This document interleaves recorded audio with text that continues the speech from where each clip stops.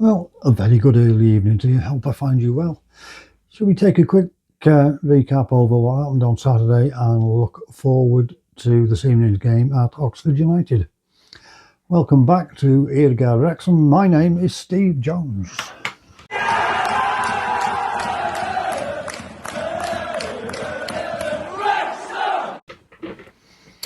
Well, good early evening to you.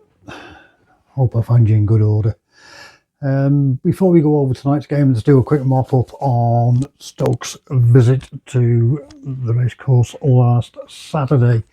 For me, not a game of great quality. Very, very poor Stoke side, though I do understand they do have quite a substantial injury list. 2 goals in 2 minutes to seal the win. The first was another brilliant George Thompson corner. Scoring direct. I've read on certain things and seen on certain things that Josh is trying to claim it. Not sure. I think the official line was George, so we'll go with that one. And then on 33, just a couple of minutes later, a brilliant through header, if you like, from Callum Doyle. Got some great distance on it, and defender Cresswell got in the right mix-up. Josh nipped in just to go around the keeper, and there we go with another one. Depending on which way the first one goes, I'm thinking I'm right in saying that's Josh equaling his goals in the season tally. But if he's got the first one as well, that takes it greater at 14. So I don't know. We'll have to wait for the official line on that one. There was half chances for both sides. Game fizzled out into much for nothing, really. Stoke did have a couple of half little things that nicked the bar, but very comfortable 2-0 home win, and much needed following the disappointing show at St Andrews versus Birmingham. So this evening, our brilliant away support doing the 3-hour, 150-mile journey down to play Oxford at the Cassam Stadium in the EFL Championship. So safe travels. You'll be, if you're not there already, you'll probably be not that far away. So I hope your journey's gone well. Let's see what I found out about Oxford United, shall we? It was founded as Headington Football Club in 1893 and makes them the 56th oldest club in the EFL age rankings. And Oxford joined the Football League in 1962 after winning the Southern Football League, reaching the second division by 1968. They suffered relegation in 1976, but between 84 and 86 won successive promotions into the first division, also winning the League Cup in 1986. But unfortunately, due to the fact that English clubs were banned from Europe, they couldn't play in the 1987 UEFA Cup. Relegation struck again in 1988, which was the start of an 18-year decline for Oxford, really. That saw them drop into the conference in 2006, thus being the only club to win a major trophy to drop into a non-league. Returning to the Football League in 2010 and being promoted to the Championship in 2024 via the playoffs. Now, on the head-to-head, we've played Oxford 26 times previously, winning 11, drawing 8 and losing 7, scoring 38 goals with 31 against. Now, I've gone to my usual source of stats and facts and figures. It's not a sponsorship by any stretch of the imagination, but I have to give a shout out to Wrexham Archive when I get all my information from. I find them brilliant. So it's not a sponsorship, but I have to give them a shout out. It's well worth it. So that first game was the 28th of November 1964.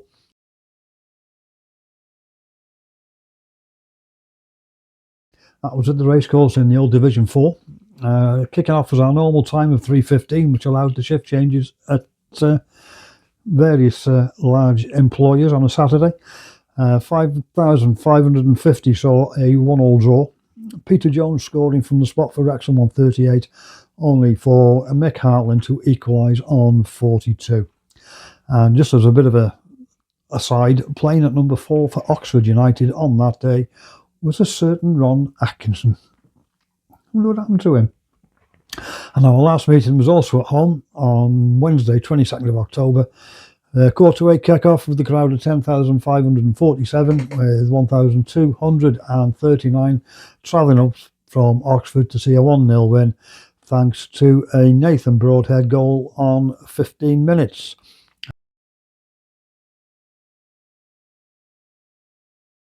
And an aside on that one, ex-Wrexham loanee and Welsh international Mark Harris came off the bench for Oxford on 70 minutes.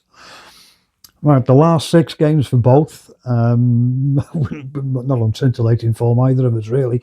Oxford drawn, lost, drawn, 1 lost, 6 points in 22nd, and for us it's lost, 1, drawn, lost, 1, 7 points, and of course we are in 6th.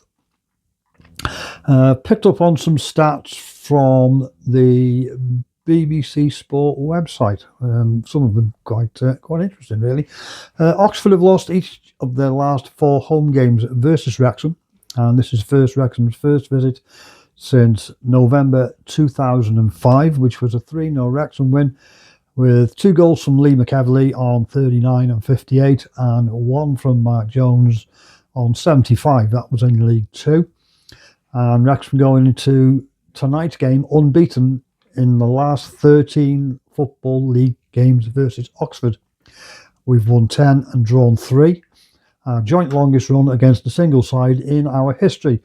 The other club that we've got the joint record with is Brighton, which is also 13 games between 1930 and 1936.